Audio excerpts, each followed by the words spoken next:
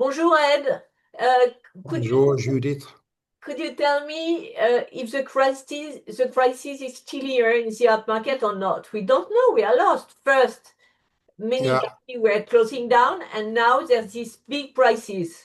What do you think?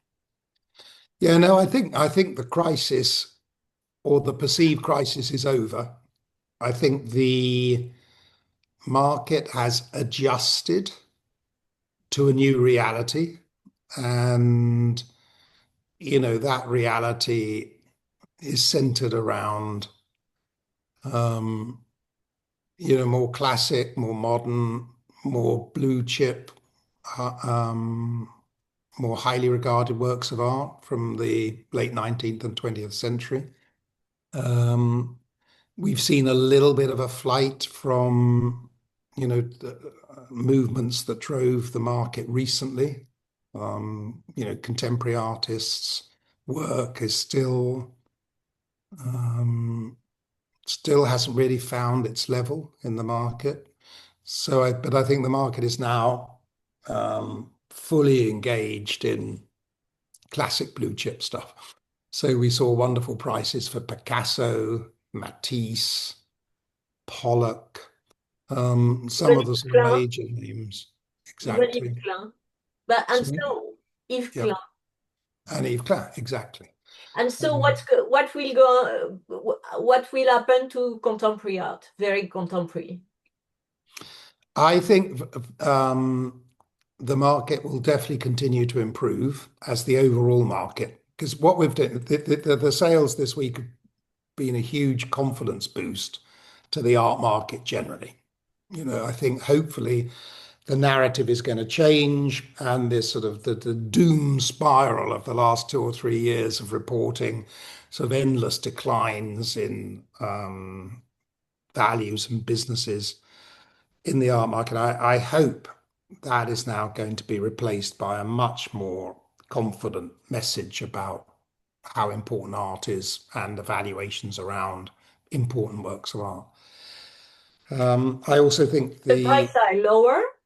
sorry, The price are well, I think there's definitely been a market correction. I think this could be the first season we've seen for a long time where the estimates matched more closely the demand that was in the market, Do you because have we did see some slightly more conservative estimating.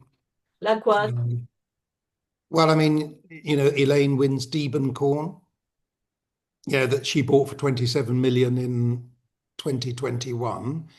It was sold for, I don't know, 17 or 18 million now against a 15 to 20 million dollar estimate.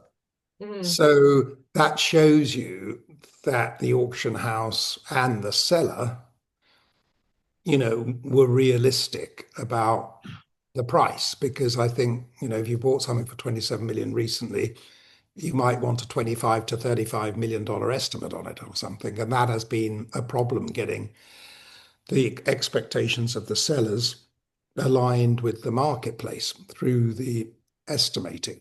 And so I think the estimating was much more Realistic. cautious and sensible. Yes. Um, and the quality of the works were extremely high.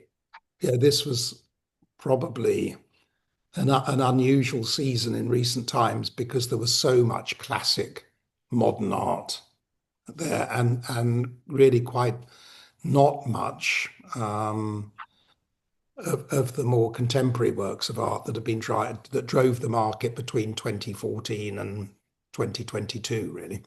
So, but I think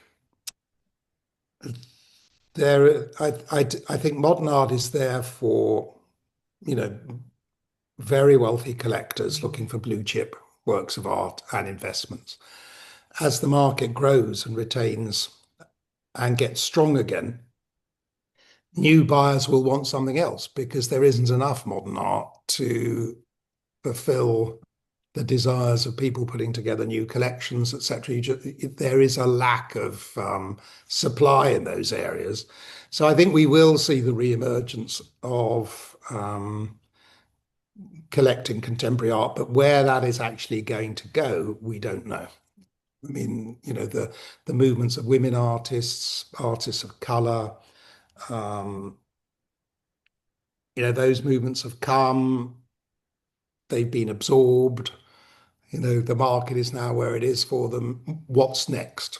And I think that's what people are looking for now. What is next? What is the next generation of collectors in the contemporary art field? What are they going to be buying? So So we have an we, appointment for next May. yeah, and we certainly haven't had that question answered. And OK, merci beaucoup. thank you, Judith.